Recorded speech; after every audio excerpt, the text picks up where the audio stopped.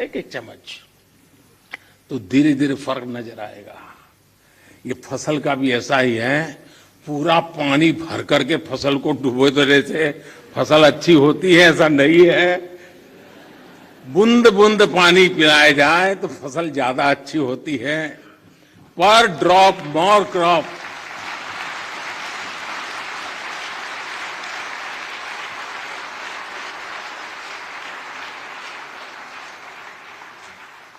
अनपढ़ मां भी अपने बच्चे को 10 लीटर दूध से नहलाती नहीं है, लेकिन पढ़े लिखे हम लोग पूरा खेत पानी से भर देते हैं। खैर, इन सारी चीजों में बदलाव लाने के लिए कोशिश करते रहना है। हम कैच द रेन जैसे अभियानों के माध्यम से जल संरक्षण से देश के जन जन को जोड़ने का प्रयास कर रहे हैं।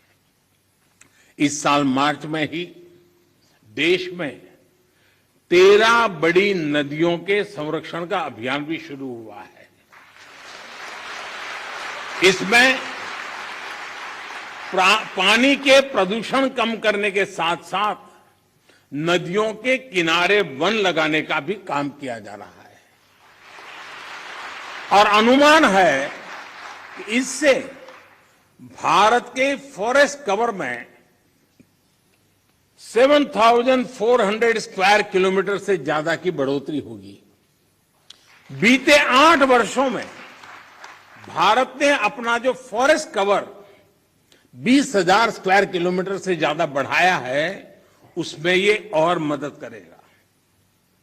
साथियों, भारत आज बायोडायवर्सिटी और वाइल्ड लाइफ से जुड़ी जिन नीतियों पर चल रहा है, उसने वन्य जीवों की संख्या में भी रिकॉर्ड वृद्धि की है।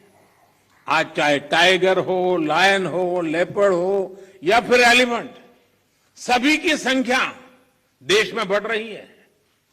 साथियों, देश में ये भी पहली बार हुआ है जब हमारे गांव और शहर को स्वच्छ बनाने, ईंधन में आत्मनिर्भरता, किसानों को अतिरिक्त आय और मिट्टी के स्वाद के अभियान को हमने एक साथ जोड़ा है। गोवर्धन योजना ऐसा ही एक प्रयास है। और जब मैं गोवर्धन योजना बोलता हूं तो कुछ सेक्युलर लोगों को सवाल उठेगा कि ये कौन सा गोवर्धन ले आया है। वो परेशान हो जाएंगे।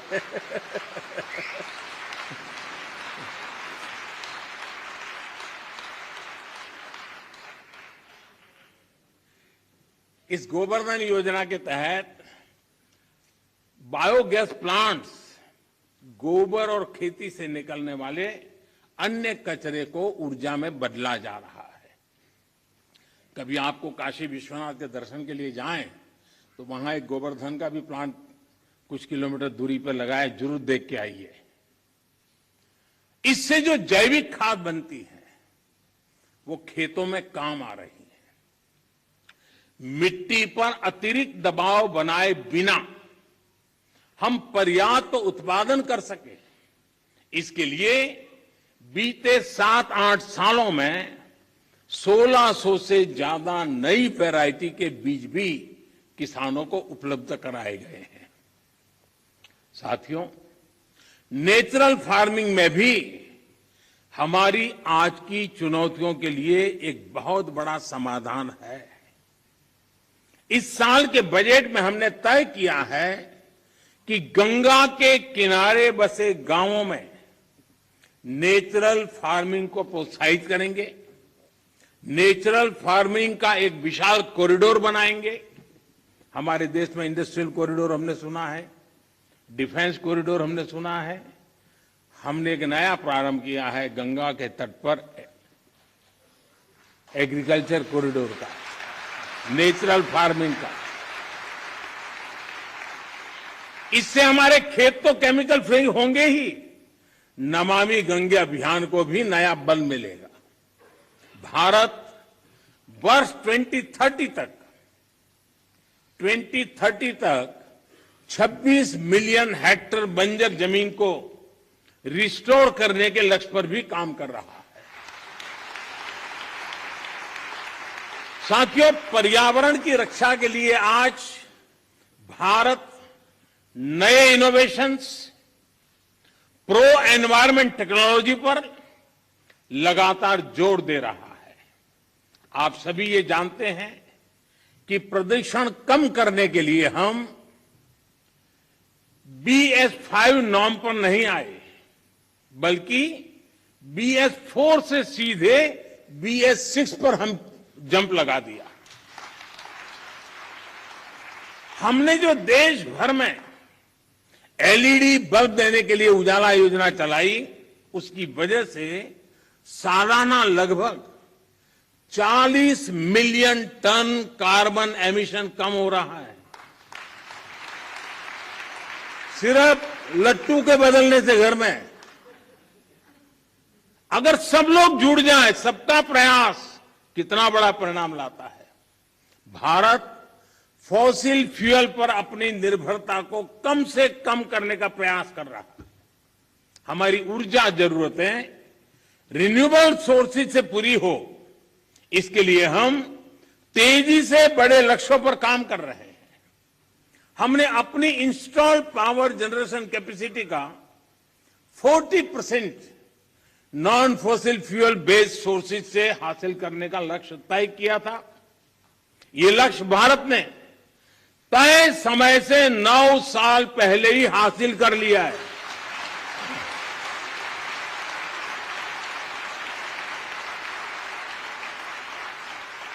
आज हमारी सोलर एनर्जी कैपेसिटी करीब 18 गुना बढ़ चुकी है। हाइड्रोजन मिशन हो या फिर सर्कुलर इकोनॉमी पॉलिसी का विषय हो, ये पर्यावरण रक्षा की हमारी प्रतिबद्धता का प्रमाण है। हमने पुरानी गाड़ियों को लिए स्क्रैप पॉलिसी लाए हैं। वो स्क्रैप पॉलिसी भी अपने आप में एक बहुत बड़ा काम होने वाला है। साथियों, अपने इन प्रयासों के बीच आज पर्यावरण दिवस के दिन भारत ने एक और उपलब्धि हासिल की है, और ये मेरा सौभाग्य है कि खुशखबरी देने के लिए मुझे आज बहुत उचित मंच मिल गया है।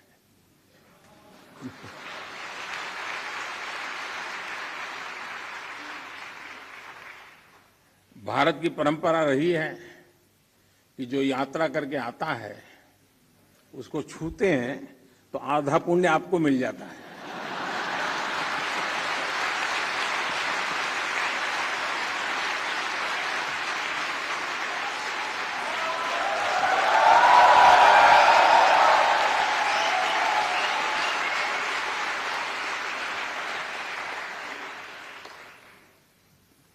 ये खुशखबरी मैं आप जरूर सुनाऊंगा और देश को और दुनिया के लोगों को भी आनंद आएगा।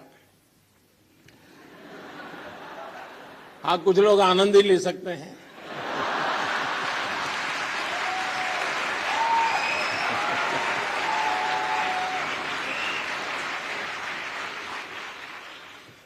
आज भारत ने पेट्रोल में 10% इथेनॉल ब्लेंडिंग के लक्ष्य को प्राप्त कर लिया है।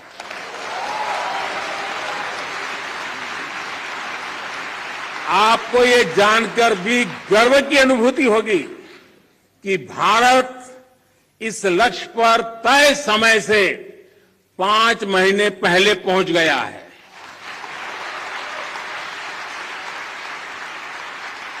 ये उपलब्धि कितनी बड़ी है, इसका अंदाजा आप इसी से लगा सकते हैं कि साल 2014 में भारत में सिर्फ 1.5% इथेनॉल की पेट्रोल में ब्लेंडिंग होती थी। इस लक्ष्य पर पहुंचने की वजह से भारत को 3 सीधे फायदे हुए हैं। एक तो इससे करीब 27 लाख टन कार्बन एमिशन कम हुआ है।